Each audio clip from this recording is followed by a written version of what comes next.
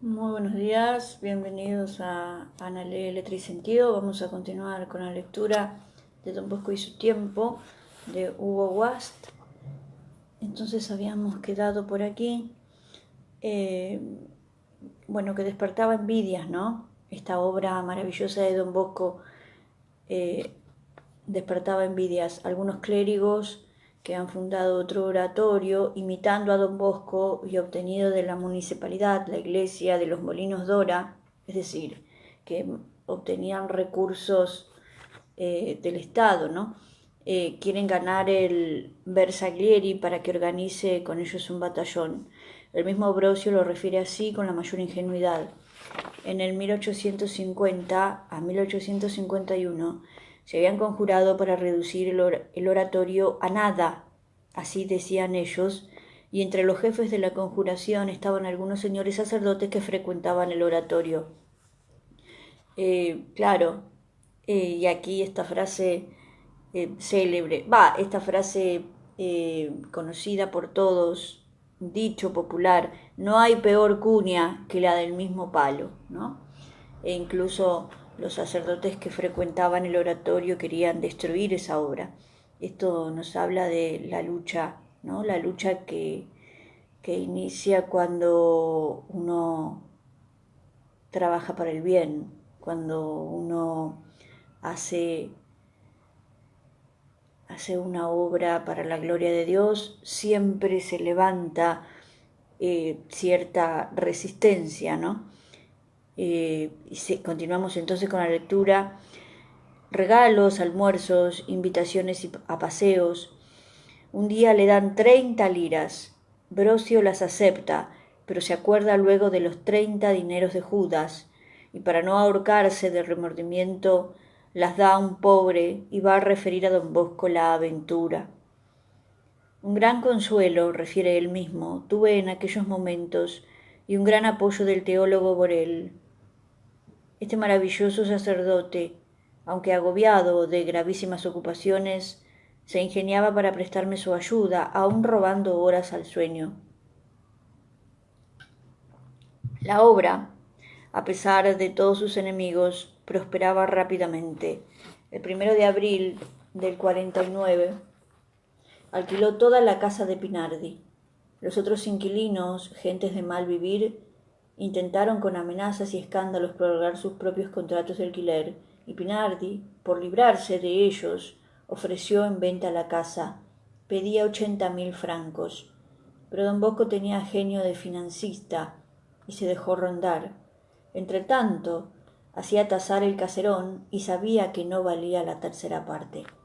Pinardi se le presenta de nuevo. Si quiere seguir siendo el solo habitante de la casa, cómpremela. Si quiere que se la compra, pídame lo que vale. Le he pedido ya lo que vale. No, ese no es el precio. Hágame una oferta. No puedo ofrecerle el verdadero precio porque no quiero ofenderlo. No me ofenderé. Ofrézcame lo que quiera. ¿Me la venderá por su valor justo? Palabra de honor que se la venderé. Deme la mano y después le haré mi oferta. Aquí está mi mano. ¿Cuánto me da? La he hecho tasar por un amigo mío y suyo. En el estado actual su valor es de 26 a 28.000 francos. Yo le ofrezco 30.000. ¿Regalará también un alfiler de 500 francos a mi mujer? Haré el regalo. ¿Me pagará el contado? Pagaré el contado. ¿Cuándo firmaremos el contrato? Cuando quiera. ¿Dentro de 15 días? Sí. 100.000 francos de multa al que se desdiga. 100.000 francos de multa. En 5 minutos quedó cerrado el trato. Pinardi se va y don Bosco no se atreve a penetrar en la casa. Ella cuenta como propia. Su madre, tal vez, ha oído el diálogo y él teme los reproches de la campesina prudente y económica. ¿De dónde vas a sacar 30.000 francos? ¿No tenemos ya bastantes deudas con el panadero y los demás proveedores? Maquinalmente echa mano al portamonedas, lo examina y se pone a reír. Tan pobre no estoy. Aquí tengo 8 sueldos. Mi madre tendrá un poco más, tal vez 2 francos. Dios proveerá, pues, por el trabajo. Da media vuelta y va a entrarse, cuando aparece su madre sofocada, con una gallina en la mano.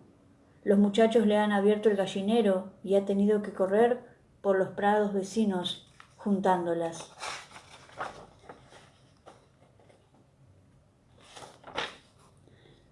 Escúchame, Juan. Diga, madre mía, ¿qué le pasa? No es posible que yo siga aquí. Prefiero volverme a los Becky. ¿Por qué, madre? ¿No ves lo que pasa? Tus bikini cada día me hacen una peor. Ayer con mi hermana Mariana, que ha venido a ayudarme, habíamos lavado toda la ropa de la casa.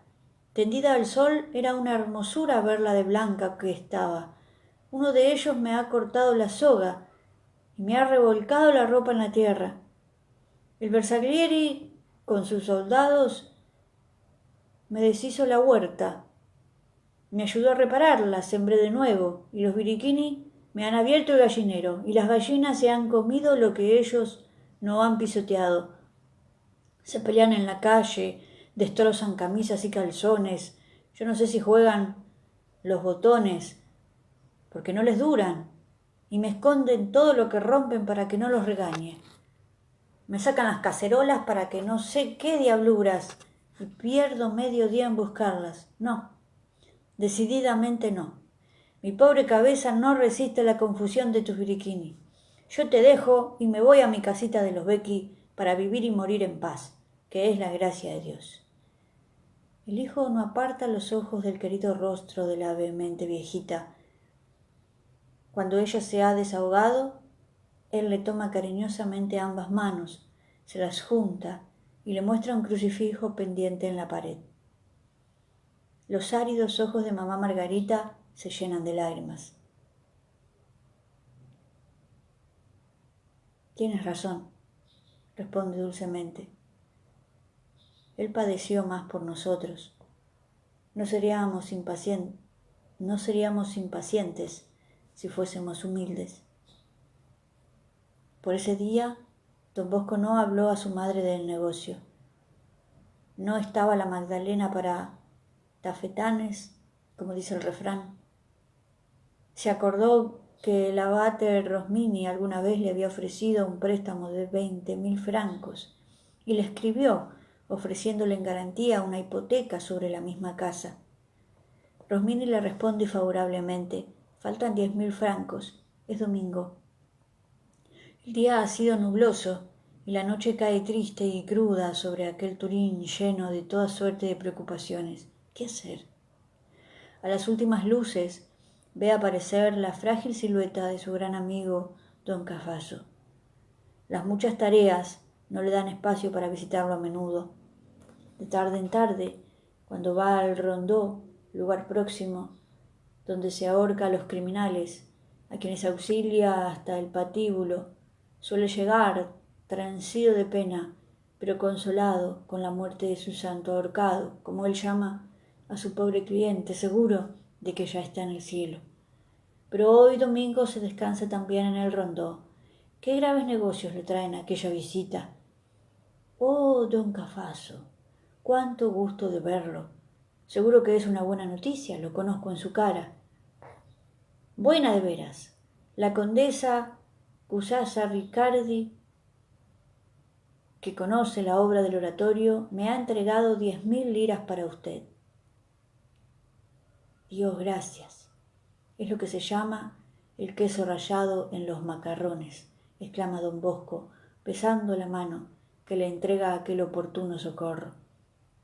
Esa noche, en la cena, sus muchachos tuvieron, a más de la rodaja de mortadela que les daba los domingos, un vaso de barbera de Asti, señal de fiesta especialísima.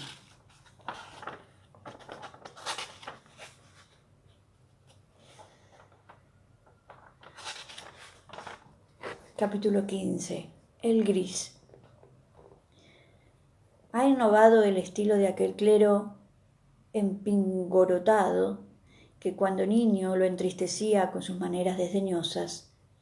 Hallar un muchacho de la calle es una alegría para él, como si hallase una bolsa de escudos. Mejor aún, porque los escudos tendrá que devolverlos. Se le aproxima, le pregunta su nombre, le da una estampita, y para ganar del todo su confianza, se sienta en la escalinata o el umbral de uno de aquellos característicos palacios tan comunes en Turín, y le empieza a enseñar el catecismo. Claro está, no faltaban fariseos que se escandalizaban de sus modales. Bah, todavía será más original. Por los vidrios de la ventana de una taberna ha visto un chicuelo. Días de trabajo, días de fiesta, siempre está allí, sirviendo a los parroquianos. ¿Irá a misa? ¿Habrá hecho la primera comunión? ¿Tendrá alguien que le hable de Dios alguna vez? Esta idea le preocupa. Empuja la puerta y va a sentarse delante de una mesa y pide un café. Los otros clientes olvidan un instante el vaso de vino para observar a aquel fraile extravagante que, en vez de tomar su café en su casa, no tiene vergüenza de penetrar en las tabernas. Don Bosco se pone a hablar con el muchacho, luego con el patrón, después con los parroquianos. Ya tiene su palabra de que el domingo irán a merendar en Baldoco, en casa Pinardi, que ahora es suya. Ya se ha ganado el día. Igual desenfadado para entrar en las hosterías y en las fondas y en las casas de inquilinato, nada le desconcierta. Hay un tímido aprendiz que maneja la escoba en una barbería, mientras aprende a manejar tijeras y navajas. Don Bosco elige un momento en que el patrón está ocupado y otros clientes esperan turno. Por mí, no se moleste nadie. Mi barba es fácil de hacer y este mocito, que me parece muy inteligente, me la va a afeitar en 2 minutos. El patrón intervenía. Ni se le ocurra, señor teólogo. Ese cachafán no sabe nada del oficio. Hace pocas semanas que ha empezado y no tiene nada de inteligente. Ensayemos, ensayemos. Haga lo que quiera, pero ya le advierto que no sabe afeitar. Mi barba es fácil. ¿Qué había de ser fácil? Dura y revuelta como los matorrales, su barba siempre fue un tormento. El aprendiz, ruborizado por los elogios que le hacen, jabona a don Bosco y empieza a desollarlo. Así va bien, no tengas miedo. ¿Cómo te llamas? Ay, ay. Digo que ahí tienes que volver a pasar la navaja para quedar mondo y lirondo. Entonces, ¿ya te has confesado alguna vez? ¿Muchas veces? ¿Has hecho la Pascua este año? Hijo mío, bueno. Eres el mejor barberito de Turín. El domingo te espero en Baldoco, ¿eh? ¿Eres chico de palabra? No faltes, pues. Don Bosco pagaba y se iba restregando las mejillas. La plaza de Manuel Filiberto era el mejor teatro de sus hazañas. ¿Quién es ese cura que está jugando a la baraja con esos pilletes? Es don Bosco. Debe de estar loco. ¿Por qué le dejan andar suelto, dando escándalos? Es que no es un loco, es un santo. Acerquémonos, oigamos lo que les dice. Al amparo de las nuevas leyes del reino al amparo de las nuevas leyes del reino se habían difundido en Turín varias sectas protestantes. Aunque entre ellas no había comunidad de principios, pues negaba una lo que la otra afirmaba, uníalas un mismo odio a la Iglesia católica y particularmente a don Bosco, que desbarataba su propaganda y difundía en el pueblo el amor al pontífice. A ciertas horas en aquellos años, un sacerdote se aventuraba fácilmente por las calles de la culta Turín. A los peligros del estilete de las sociedades secretas se agregaba la acción de los valdenses. Llamábanse así los discípulos de Pedro Baldo. Era este un rico negociante de Lyon que en el año 1160 vio morir repentinamente a un compañero de mesa. Despavorido, distribuye sus bienes entre los pobres y se entrega a una vida de austeridad como la de los primeros cristianos. Muchos lo siguen y son llamados los pobres de Lyon o los humillados, según ellos mismos se llaman. Su ejemplo habría sido saludable si hubieran conservado la verdadera humildad, pero así como otros se enorgullecen de la riqueza, ellos hacían ostentación de una pobreza absolutamente ociosa. Enseñaron que los sacerdotes no podían poseer bienes sin perder su carácter sacerdotal. Predicaron contra la confesión, el purgatorio y otros dogmas. Perseguido en su patria, Pedro Baldo se refugió en Saboya. Durante siglos sus discípulos vivieron ocultos. Cuando surgió la herejía de Calvino en Ginebra, abrazaron sus doctrinas y desde entonces los valdenses del Piamonte no se distinguen de los calvinistas y han heredado su siniestra intolerancia. Pero en Italia es más fácil arrancar de cuajo la fe católica que introducir la herejía protestante. Son muchos los que dejan de creer. Son muchos los que dejan de creer cuando dejan de practicar, pero son menos los que reniegan del catolicismo para hacerse calvinistas o luteranos. La predicación de los valdenses contra el Papa, la misa, el celibato eclesiástico, la virginidad de María Santísima, no encuentra el camino de los corazones. Hay que inventar otros medios más eficaces que los simples discursos. Hay que atraer a los jóvenes y para eso establecer oratorios festivos a la manera de Don Bosco, quitándole sus biriquini. Los ministros valdenses espían en los caminos del Baldoco a los biriquini, los interrogan, los acarician y los invitan a ir a su iglesia. Han aprendido el sistema.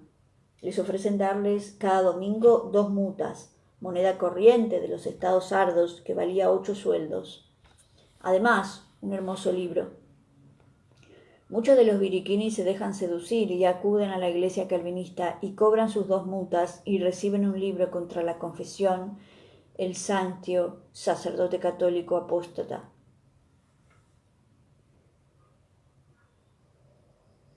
Con esos primeros desertores será posible atraer a otros y, en efecto, los valdenses envían un buen grupo a rondar por las cercanías del oratorio y a mostrar aquellas relucientes monedas que han ganado.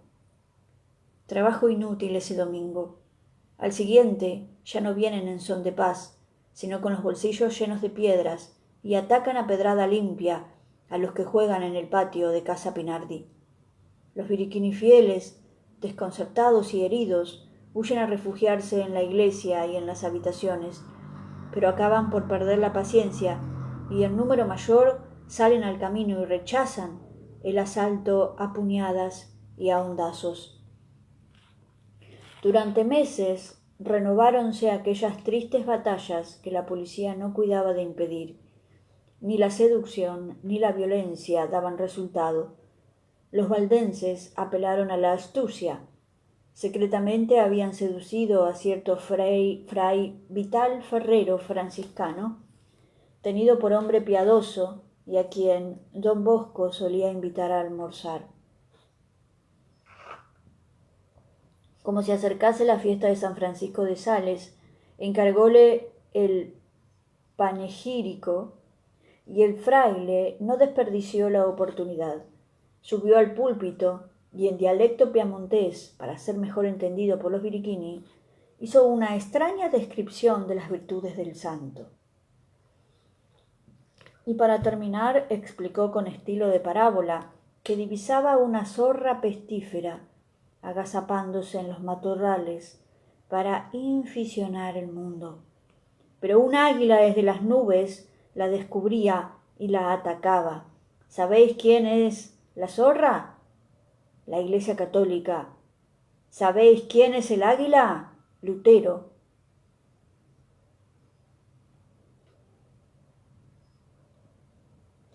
Hemos dicho que la vida de un sacerdote católico no estaba segura en las calles de Turín en aquellos años.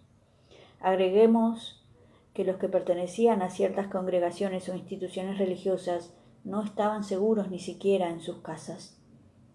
En los días de las persecuciones de los valdenses, un desconocido por la ventana de la pequeña sacristía del oratorio deserrajó 2 pistoletazos contra don Borel y don Carpano, que estaban revistiéndose para una función. Afortunadamente las balas solo dañaron el reboque, mas la víctima predilecta hubo de ser don Bosco. La mala vecindad de Casa Pinardi y lo despoblado de los terrenos que había que cruzar para llegar a ella facilitaban los atentados. Una noche, mientras daba su clase, le hicieron un disparo de fusil que rompió el cristal de la ventana. La luz de la lámpara que le daba de lleno facilitó la maniobra, pero la bala pasó rozándole el cuerpo. «Lástima de mi sotana», exclamó don Bosco, echando a broma el caso para tranquilizar a sus biriquini. Mamá Margarita tendrá que remendarla. Otra noche llaman a la puerta de Casa Pinardi. «Don Bosco, hay un moribundo que pide confesor. ¿Dónde está?» «No lejos de aquí, en un sitio que llaman Corazón de Oro». Hace don Bosco, que conoce muy bien su Turín, mal barrio, y agrega en voz baja: «Busetti, Gravano, Siglisetti, vamos allá. Daréis un paseo conmigo».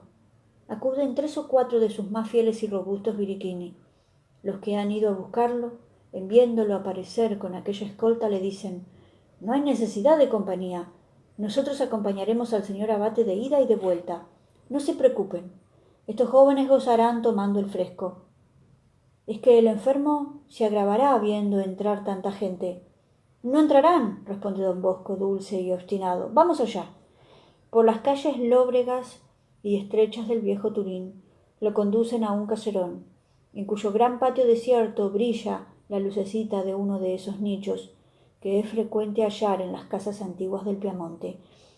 «Vosotros quedaos aquí, estaréis en buena compañía», dice a sus macetones don Bosco, señalándoles la imagen del nicho, que es la Consolata, y sus guías a él: «Vamos a prevenir al enfermo». Y lo han dejado en una sala del piso bajo, con un aire dudoso de taberna o de club, donde parece que acaban de cenar varios personajes que se levantan al verlo llegar y le ofrecen un plato de castañas. «A buen tiempo, señor teólogo, pruebe estas castañas». «Gracias, he cenado hace poco». «Pero un vaso de vino le ayudará a la digestión». «Gracias, no tomo vino a estas horas». «No haga cumplimiento, señor abate. Somos gente sencillas. Brindemos por el Papa, señor teólogo». En diciendo esto, se llenan los vasos de cada cual, mas don Bosco advierte que para llenar el de él, encancian de otra botella. Se hace el desatendido, levanta el vaso y brinda, pero no prueba gota. «¿Cómo es eso? ¿Nos desaira? Nos ofende si no bebe. Tiene que beber, al menos un trago». Don Bosco planta el vaso y responde con resolución: «He dicho que no bebo a estas horas. No quiero beber, pues». Inmediatamente lo rodean, uno le pone la mano groseramente sobre el hombro y con aire que no admite réplica le notifica: «Pues, señor mío, lo siento mucho, pero el que viene a nuestras reuniones tiene que beber, aunque sea un trago, si no quiere ofendernos». «Esa es nuestra regla, señor teólogo», confirma otro, alcanzándole el vaso. «Bueno, pues, si esa es vuestra regla, la cumpliré. Pero dejadme espacio, que me tenéis oprimido». Se apartan un poco, y él hace el gesto de beber, pero da un paso atrás y abre rápidamente la puerta y grita: «Brusetti, los 4, venid». Los biriquini, que estaban inquietos por los rumores que sentían, se precipitan en la sala. Ante la aparición de aquella robusta escolta, los invitantes cambian de actitud. «Estos buenos amigos a toda costa quieren hacerme beber de este vino, que dicen que es de Asti. Yo no tengo costumbre. ¿Lo queréis vosotros?». Al mismo tiempo les hace seña de no aceptar, pero los invitantes no creen prudente, en presencia de tantos testigos, hacer gustar aquel vino preparado para don Bosco. Le quitan el vaso y ocultan la botella. No queremos que el señor teólogo pierda sus buenas costumbres. Si no quiere beber, que no beba. Claro está, no había tal moribundo. Era una celada y nada más. En sus memorias, don Bosco refiere a algunos de estos complots contra su vida que la policía turinesa no supo o no quiso prevenir ni reprimir. Parecen fábulas estas cosas que refiero, dice don Bosco. Desgraciadamente son verdades, que tuvieron muchísimos testigos.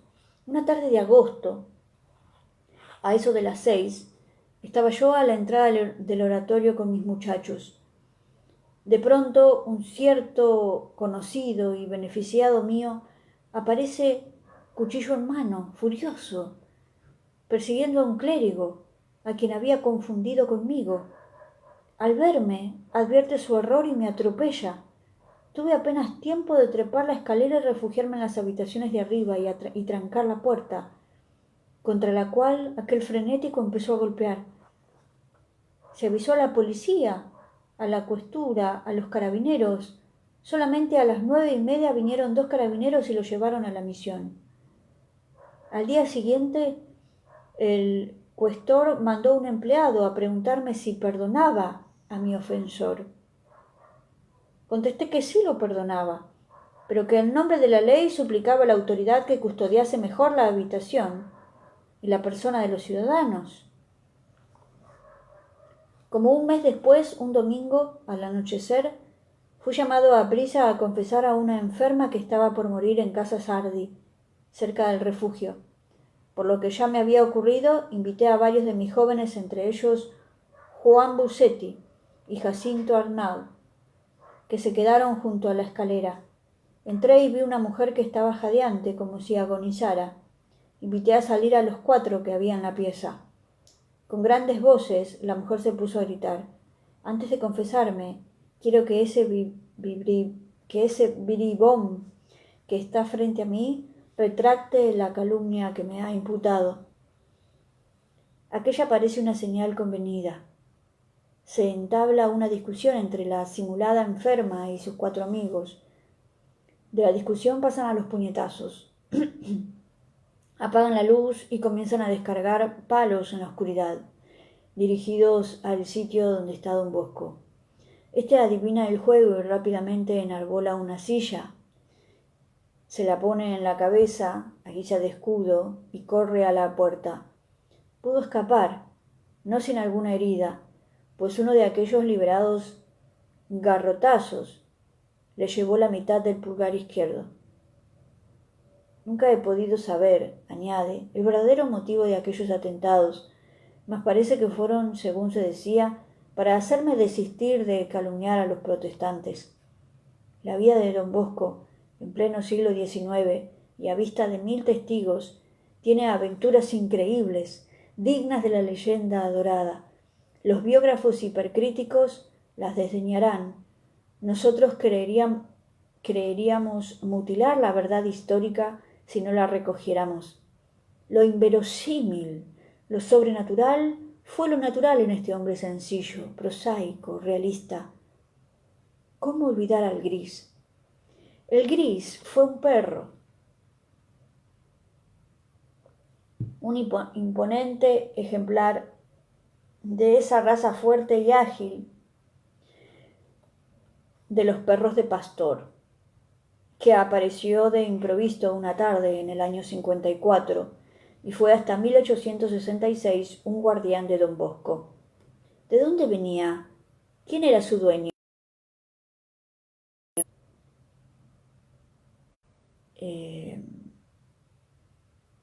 ¿De dónde venía? ¿Quién era su dueño? ¿Quién lo alimentaba? ¿En dónde se escondía? Nunca nadie, en los 12 años que lo vieron rondar el oratorio, pudo averiguarlo. Se damos la palabra a don Bosco mismo. La historia es extraña, y él la cuenta en estilo ingenuo, palpitante, de veracidad. El perro gris fue tema de muchas conversaciones y de varias hipótesis. No pocos de nosotros lo habéis visto y aún acariciado, dejando aparte las historietas curiosas que se refieren de este perro, voy a exponer aquí lo que es la pura verdad. Los frecuentes atentados de que fui víctima me convencieron de que no debía andar solo, ni de ida ni de vuelta de la ciudad de Turín. En aquel tiempo, el manicomio era el último edificio en dirección al oratorio. Lo restante era terreno baldío de bosques y acacias. Una noche oscura, tarde ya, volvía solo a casa, con algún recelo, cuando veo al lado un perrazo que a primera vista me asustó. Pero como no mostrase intenciones hostiles y más bien me hiciera cariños, cual si fuera su dueño, pronto nos hicimos amigos y me acompañó hasta el oratorio. Lo mismo que esa tarde ocurrió muchas otras veces, así que puedo afirmar que el gris me ha prestado importantes servicios. He aquí algunos. A fines de noviembre del 54, una tarde lluviosa, viniendo de la ciudad, para no hacer mucho camino solo, tomé la calle que va de la Consolata al Cotolengo. En un sitio observado, dos hombres que marchan delante de mí, acelerando o disminuyendo el paso conforme andaba yo. Para evitar el encuentro quise cambiar de acera, y ellos rápidamente hicieron lo mismo. Quise volverme, pero no me dieron lugar. Echáronse atrás, y en el mayor silencio me arrojaron un manto en la cara. En vano intenté evitar que me envolvieran. Uno me ciñó la boca con un pañuelo, con lo cual me impidió que gritase. En ese momento aparece el gris, y gruñendo como un oso, planta las arpas en el rostro del uno y el hocico en el del otro, de tal manera que tienen que atender al perro antes que a mí. —¡Llame a su perro! —me gritan despavoridos. —Sí que lo llamaré, mas dejadme libre. —Pronto, llámelo. El gris continuaba rugiendo como un oso y como un lobo rabioso. Los otros huyeron, y el gris se me puso al lado y me acompañó hasta el hospital Cotolengo. Vuelto en mí del espanto, después de reconfortarme con una bebida que la caridad de aquella casa tiene a mano siempre, con buena escolta me fui a casa. Todas las noches, cuando nadie me acompañaba, en llegando a los baldíos veía apuntar al gris por alguna parte. Muchas veces lo vieron los jóvenes del oratorio, y una sirviónos de diversión, porque se metió en el patio y alguno lo quiso echar, y otro pegarle. —¡No lo espantéis! —gritó Jorge Busetti—. —Es el perro de don Bosco. Todos entonces disputáronse sus caricias, y me lo trajeron. Estaba yo en el comedor con algunos clérigos y con mi madre, que se asustaron viéndolo entrar. —No temáis —les dije—, es mi gris. Dejadlo que llegue. En efecto, dando una larga vuelta alrededor de la mesa, llegó a mí, y yo lo acaricié y le ofrecí pan, sopa, carne, y nada probó, ni olerlo quiso. —¿Qué quieres, pues?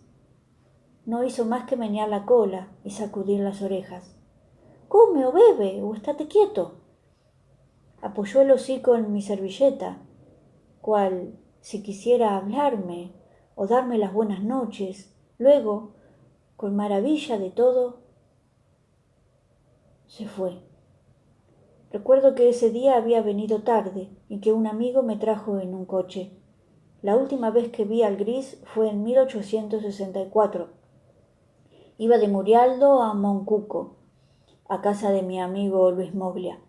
El párroco de Butigliera me acompañó un trecho, pero la noche me sorprendió a mitad de camino. Oh, si tuviese mi gris, dije en mis adentros, qué oportuno me sería. Tomé por un prado para aprovechar las últimas luces del crepúsculo, y he aquí al gris, que me acompaña hasta el final, 3 kilómetros. Llegado a donde Moglia, me introducen por sitio apartado para que mi gris no se peleara con los dos grandes perros de la casa. Hablamos un buen rato de él y fuimos luego a cenar, dejándolo en un rincón de la sala. Al levantarnos de la mesa, dice mi amigo, hay que dar de comer al gris, y le lleva pan. Mas nadie lo encontró. Todos quedaron sorprendidos, porque no se había abierto ni puerta ni ventana, ni los otros perros lo sintieron salir. Esta es la última noticia que tuve de Gris, tema de tantas investigaciones y discusiones. Y nunca me fue posible saber quién fuera su dueño. Solo sé que aquel animal fue para mí una verdadera providencia en los muchos peligros en que me he encontrado. Capítulo 16.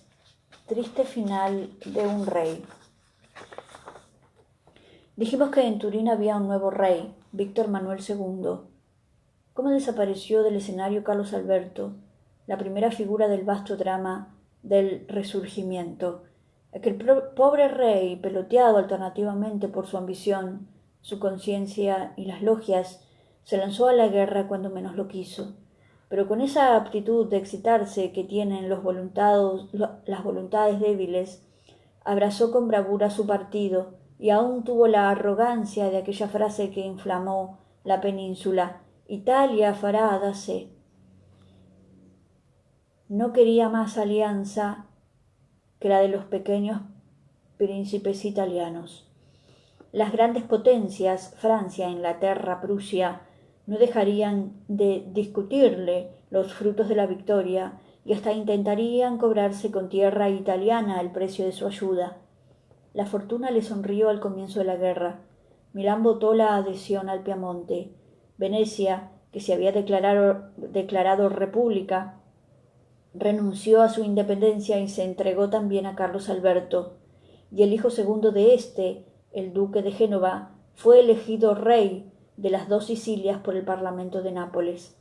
Carlos Alberto no podía corresponder a tan grande entusiasmo, sino con una victoria decisiva. Convocó sus reservas, organizó los cuerpos lombardos y llegó a tener 80.000 hombres en sus posiciones del río Mincio. El mariscal Radetzky, su enemigo, tenía igual número, pero de tropas mejor pertrechas y aguerridas. Vinieron enseguida las sangrientas batallas de Custoza y de Volta, con 2 o 3 días de intervalo, en que, a pesar de la bravura de los piamonteses y del heroísmo desesperado de su rey, fueron vencidos y, lo que es peor, desorganizados. Por una ironía del destino, en la noche de Volta llegaron al campamento del ejército derrotado los diputados sicilianos, portadores de una corona para el hijo de Carlos Alberto. El joven duque de Génova, con tristeza y dignidad, renunció a ella. Carlos Alberto se resuelve a pedir el armisticio. A la medianoche vuelven sus emisarios. El rey escucha las condiciones de Radetzky. El Estado Mayor parecerle razonables y se inclina a aceptarlas. El rey, que ha reaccionado de su abatimiento, replica a sus generales: no os he llamado a discutir estas condiciones, que son deshonrosas. Os he llamado para comunicaros que las hostilidades van a recomenzar, y ordena marchar. Sus regimientos, desbandados, toman el camino de Milán. Más que a defender la capital de la Lombardía, van a guarecerse detrás de las murallas. Se lanza de los ulanos de Radetzky, aguija aquel repliegue que parece una fuga. En Turín, la opinión denuncia el orgulloso y desconfiado aislamiento en que el rey ha conducido la guerra. Olvidando la sacra fórmula Italia fará da sé, envíanse emisarios al general Cavaignac, jefe de gobierno francés, pidiéndole ayuda. ¿Va a permitir Francia que un Austria ensoberbecida aplaste al rey de Cerdeña y se instale casi a las puertas de Lyon? Mientras los plenipotenciarios conversan, rugen los cañones. 40.000 austríacos acorralan en Milán los restos del ejército piamontés. Lúgubre, melancólico desfile del rey por la calle de la ciudad. Había prometido no entrar en ella, a recoger la corona de hierro de los reyes de la Lombardía, sino vencedor, y he aquí que sus nuevos súbditos lo miran llegar derrotado y casi fugitivo. Ni un viva a su paso. La desconfianza y el rencor en los corazones. ¿Acaso el rey, que desventuradamente acaban de darse, no viene a tomar posesión de la ciudad, sino para atarle las manos y entregarla a Radetzky? Meses antes, ellos solos habían demostrado su valentía expulsando a los austríacos. Ahora el ejército piamontés no penetra en sus calles, sino para allanar las barricadas que han preparado y abrir las puertas de la ciudad al enemigo. Humillante sospecha que el desventurado rey se encarga de justificar. Acaba de rechazar un armisticio, ahora pide otro. Quiere salvar los restos de su ejército y regresar a Turín para apuntalar su trono que bambolea.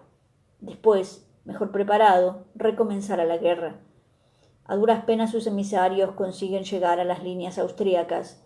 Les vendan los ojos y los conducen a la antigua abadía de San Donato, cuartel general de Radetzky. A las 4 de la mañana del 5 de agosto queda firmada la capitulación de Milán, por la cual se obliga a Carlos Alberto a entregar la puerta romana antes de las 8 del día siguiente y a evacuar la ciudad. El primero que dio la noticia fue degollado por los milaneses en plena calle al grito de «¡Muera el austríaco!». Todas las campanadas tocan a somatén y redoblan los tambores en las barricadas, y el pueblo se congrega alrededor del Palacio Greppi, amenazando de muerte a Carlos Alberto. «¡Muera el rey traidor!». En un tumulto indescriptible, a punto de ser hundidas las puertas del palacio, el rey aparece en los balcones, y como su débil voz no alcanza a oírse, la turba se enfurece y tira sobre él. «Oh, Carignano, pagarás tu traición». Carlos Alberto entra y cae desfallecido en brazos de sus familiares. Luego se reanima, desgarra el documento de la capitulación y promete defender a Milán. ¿Queréis combatir? Sí. ¿Estáis prontos a morir por la patria? Sí. Bien, yo moriré con vosotros. Pero el podestá de Milán y los grandes señores saben que es inútil resistir y que Radetzky penetrará en Milán a sangre y fuego. Y ellos mantienen la capitulación que el rey ha denunciado. 100 veces en ese día terrible Carlos Alberto ha estado a punto de ser asesinado.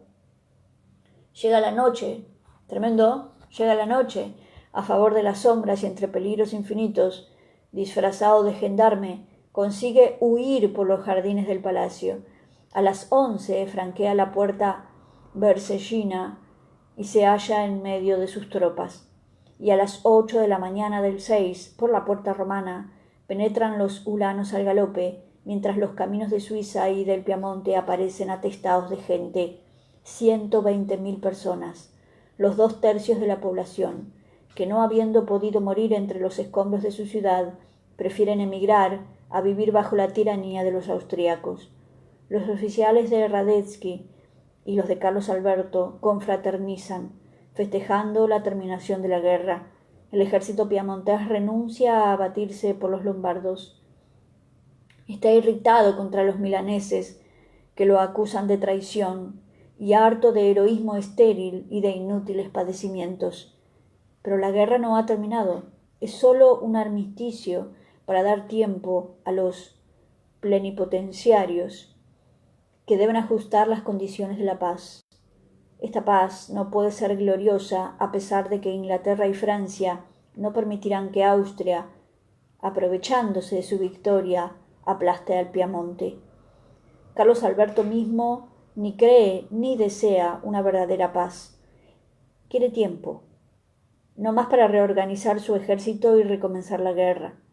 Su proclama al pueblo termina así: «Confiad en vuestro rey. La causa de la independencia italiana no está perdida aún». Después de un gesto heroico, el pobre rey cae siempre en un periodo de abatimiento. La corona le abraza la frente. ¡Qué alivio si abdicara! Su hijo, el duque de Saboya, sería rey, y él se podría sumergir en el gran descanso. Pero los partidarios del duque de Saboya no quieren que abdique antes de firmar la paz. comprenden que aquella paz será una humillación y prefieren que el joven príncipe la acepte como un hecho consumado, mas no sufra el bochorno de firmarla. El mismo duque de Saboya, el futuro Víctor Manuel II, se opone a una abdicación prematura que lo haría rey en condiciones impopulares y juzga a su desventurado padre con injusticia y desdén. Ah, no, Carlos Alberto, según el partido adverso, que se ha formado en su corte, no es dueño de abdicar mientras no haya echado sobre su nombre ese último borrón de una paz vergonzosa, y según su propia conciencia, mientras no haya lavado en una guerra afortunada ese epíteto de traidor con que Italia lo llama después de Milán. Se decide por la guerra, solo que ya no es rey absoluto. Ahora debe contar con sus ministros que, retazo a retazo, van cercándole todas sus prerrogativas. Le exigen que abandone el mando del ejército. Ante esta humillante pretensión, su amor propio de soldado se subleva. Acaba de resignarse, con tal de que no se le nombre un comandante en jefe que haya antes servido bajo sus órdenes. El gobierno piamontés comisiona al general Alfonso la Marmona para que busque del otro lado de los Alpes un mariscal sin empleo que les aporte las simpatías y la ayuda de Francia. El general Cavaignac responde a la Marmona que Francia no piensa enemistarse con Austria para dar gusto al Piamonte. Esta contestación pone sordina al humor belisco del rey. El 10 de diciembre del 48, Francia se ha dado un nuevo señor en el príncipe Luis Napoleón Bonaparte, elegido presidente de la República. Los corazones se vuelven a él. ¿Qué piensa él de la guerra con Austria? Entretanto, los azares de la política obligan a Carlos Alberto a nombrar primer ministro al abate Gioberti, que todo lo espera de la paz. En realidad, el mismo rey, que un día parece arder en deseos de montar a caballo y cruzar el Tesino, al día siguiente vacila y tantea otras soluciones. Y bien, ¿el pueblo quiere la guerra o no?, pregunta el general Durando, vicepresidente de la Cámara, a la vez que su ayuda de campo. Parece que sí, Majestad. ¿Y los diputados? También. ¿Y vos, general, qué pensáis vos de la guerra? ¿Dudáis del éxito? Toda mi experiencia me obliga a decir a vuestra Majestad que por mi parte no tengo ninguna confianza. ¿Por qué no se lo explicáis a Gioberti? No tengo la menor influencia sobre él. Subid, pues, a la tribuna y exponed ante la Cámara vuestros recelos. Ay, mis palabras no servirían, sino para desalentar aún más al ejército. ¿Qué hacer entonces? Yo no veo ninguna posibilidad de torcer la corriente. Hay que aceptar la guerra como un juego de azar, como un duelo. Es para nosotros una obligación de honor, después de las calumnias difundidas sobre vuestra Majestad y sobre nosotros. Esta idea es un latigazo para aquella alma atormentada por la irresolución. El ministerio Gioberti cae, cuando menos lo esperaba, a los golpes de los parlamentarios que exigen la guerra para arrancar de su martirio a los hermanos de la Lombardía. El Piamonte puede poner sobre las armas 90.000 hombres, sin contar los voluntarios lombardos. Por desgracia, se han dejado pasar aquellos 7 meses de tregua sin organizar nada. El espíritu de oficiales y tropa es pesimista. Los soldados no tienen ropas que cambiarse y duermen sobre la paja podrida. Los depósitos están desorganizados, el tesoro vacío. Ha costado trabajo hallar un general extranjero que quiera aceptar el comando en jefe del ejército. Es el general polaco Czerniawski, tenido por hábil, estratega, pequeñito, feo como un mono, que no sabe una palabra de italiano y se rodea de oficiales extranjeros también, e ignorantes como él del idioma. Los preparativos no se hacen tan en secreto que no los advierten las otras naciones. Inglaterra declara al rey de Cerdeña que la guerra en aquellas condiciones es una locura. Francia, que es un suicidio. Ninguna está dispuesta a ayudarlo. Y bien, Italia fará da sé. El mariscal Radetzky tiene 83 años, pero está en plena posesión de su genio y orgulloso de sus pasadas victorias. No puede oponer a Carlos Alberto más de 70.000 hombres, pero su caballería es mejor montada y su artillería es más numerosa. Además cuenta con un buen estado mayor y excelentes servicios de aprovisionamiento y ambulancias. El 12 de marzo Carlos Alberto denuncia el armisticio y el 20 inicia las operaciones cruzando el Tesino y penetrando en Magenta, la primera ciudad lombarda que se encuentra en la ruta. El camino está libre. Esa misma noche Radetzky lo ha desbordado, cruzando el río con 60.000 hombres y 180 cañones. Mientras Carlos Alberto lo busca en la Lombardía, él ya pisa tierra piamontesa y adelanta hacia Turín. Para atajarlo no hay más remedio que volver a cruzar el Tesino y concentrarse en Novara, donde se librará una batalla decisiva. En la tarde del 22 de marzo, el grueso de las tropas de Carlos Alberto ocupan la ciudad. El rey es un espectro envuelto en su capote gris. Se adivina que lo atormentan los más crueles presentimientos y su estado mayor se contagia en su desaliento. El 23 aparecen los austríacos superiores en número y entusiasmados por varios combates que acaban de librar victoriosamente. La batalla comienza. En vano, Carlos Alberto, como otra vez ante los muros de Milán, ha buscado la muerte, mezclándose en lo más recio de la pelea. Para él ha sido verdad que no se había fundido la bala que lo mataría. La muerte habría sido infinitamente dulce. Tanta era la amargura de su alma viendo derretirse como la cera sus mejores regimientos. A las 4 de la tarde la batalla estaba perdida. Radetzky había concluido en 3 días la campaña. Esa noche el rey de Cerdeña abdicaba, dejando la corona a su hijo Víctor Manuel, y partía bajo el nombre de conde Barge por aquellos caminos sembrados de muertos y heridos y atestados de desertores. En la Corniche, carretera de Niza, hay una pequeña iglesia. El 26 de marzo, al alba, las mujeres que madrugan para oír la primera misa vieron entrar a un viajero. A pesar de su fatiga, se arrodilló en un confesionario y luego delante del comulgatorio. Era Carlos Alberto, que se disponía a cruzar para siempre la frontera de su patria. A fines de abril se instalaba en Oporto, donde moriría santamente el 28 de julio del 49. Mi vida ha sido una novela, dijo él mismo de aquella sucesión de grandezas y de dolores que fue su vida. No he sido comprendido. La verdad es que en la amargura y el arrepentimiento pagó las culpas de su ambición. Hemos creído interesante y útil describir las circunstancias en que subió al trono Víctor Manuel II, que había de ser el primer rey de la Italia independiente y unida. Príncipe católico, en cuya estirpe hay santos, no tardará en poner su espada al servicio de la revolución para librar el postrer asalto contra la más vieja y augusta corona del mundo, la tiara del Papa. Los cañones del general Cadorna abrirán en las murallas la brecha del Porta Pía.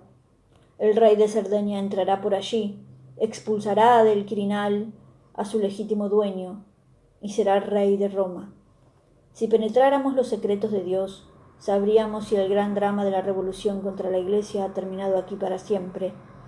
Según el proverbio griego, el molino de los dioses muele despacio, y Platón, que lo recuerda, dice que en nuestra ignorancia llamamos retardos de la justicia divina el tiempo que Dios emplea en levantar al hombre a quien quiere precipitar.